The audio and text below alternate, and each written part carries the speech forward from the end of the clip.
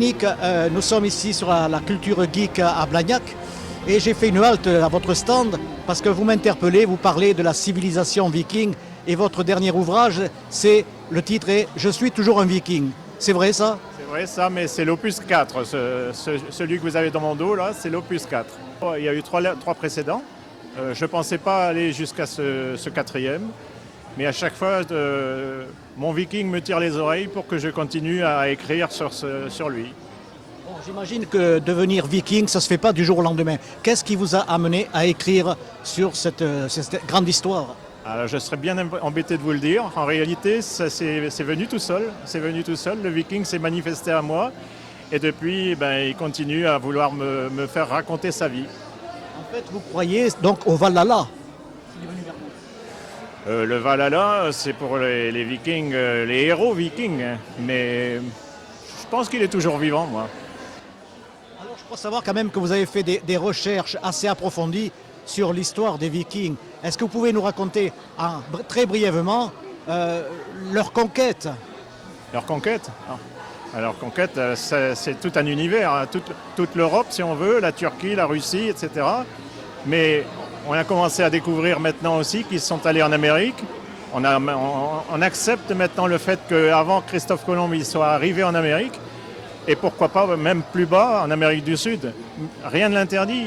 Les Aztèques, les Incas, ils attendaient le retour d'un dieu blanc, mais était-ce un viking ou était-ce un goth? On ne sait pas. Ce qu'on appelle aujourd'hui le Groenland, mais autrefois c'était le Greenland. Effectivement, oui, il y avait un réchauffement climatique qui a duré avant le Moyen-Âge, là, juste à cette période-là. Et c'est pour ça qu'eux l'appelaient le Greenland. Voilà. Ils ont installé leur colonie là, mais ils ont commencé aussi à aller vers Terre-Neuve, l'île de Baffin, etc. On avait retrouvé aussi des traces vikings en Oklahoma. Alors là, c'est quand même assez loin de Terre-Neuve. Hein. Alors ça, c'est contesté. Bien sûr, il y a des partisans et des gens qui sont contre, qui prétendent que ce sont des fakes. En réalité, il y a des chercheurs qui ont trouvé des pierres avec des inscriptions, semble-t-il, runiques. Ce sont ces pierres inscrites. Oui, c'est ça, oui. Je reçois des documents d'une université américaine où ils font état de découvertes de pierres portant des runes. Alors, est-ce que les runes étaient des tablettes comme avaient les Égyptiens ou bien ça avait une signification religieuse? C'était interprété différemment. C'est quelquefois simplement pour transcrire un texte. Ça pouvait être un texte sur la bien-aimée ou autre chose, mais c'est aussi leur façon à eux d'exprimer leur prouesse quelquefois. C'est une forme d'écriture qui peut se lire de différentes façons. Vous m'avez parlé de la Russie. Est-ce que les Vikings auraient été dans le fondement de la Russie? Oui, ils sont à l'origine des Russes, mais pas Russes tel qu'il est écrit maintenant, mais Russes, R-U-S. Et vous avez donc des remontes. C'est pour ça que dans la série Viking qui était passée à la télé, on voit des Vikings en raid pour monter en Russie et qui s'y installent. Moi, si je me trompe ou pas, près de 700 navires vikings ont remonté la Seine à une certaine époque pour faire le siège de Paris. Bien sûr, oui, c'est vrai. Mais même je vous reparle de la série Viking, où il y a une reconstitution, où on voit effectivement ces bateaux qui arrivent jusqu'au pont de bois qui était à l'époque au niveau de Paris. Et c'est d'ailleurs pour ça qu'ensuite, on a payé une horde, en quelque sorte, pour s'installer en Normandie, et pour qu'ils ne puissent plus remonter. Disons que les Vikings, entre eux, ils se faisaient la police, pour éviter que remonte encore le cours de la Seine. Alors, est-ce qu'on pourrait dire que les Parisiens ont des gènes vikings? Certaines doivent en avoir. Hein. Certaines, oui. Jusqu'où le plus loin ont-ils été à côté Europe? On a retrouvé jusqu'en Turquie, si on considère la Turquie en Europe. Voilà. Et donc ils ont gravé sur certains monuments des runes également.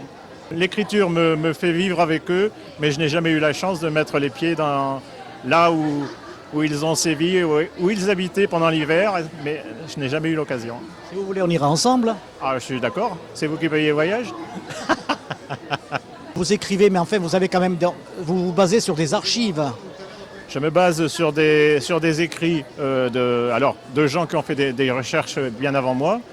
Je me base aussi sur des recherches archéologiques qui ont été effectuées. Vous avez, sur la chaîne YouTube, par exemple, vous avez des tas de de vidéos où une guerrière viking qu'on a retrouvée. Et donc on a pu déterminer que les femmes aussi étaient oui, guerrières, oui, oui.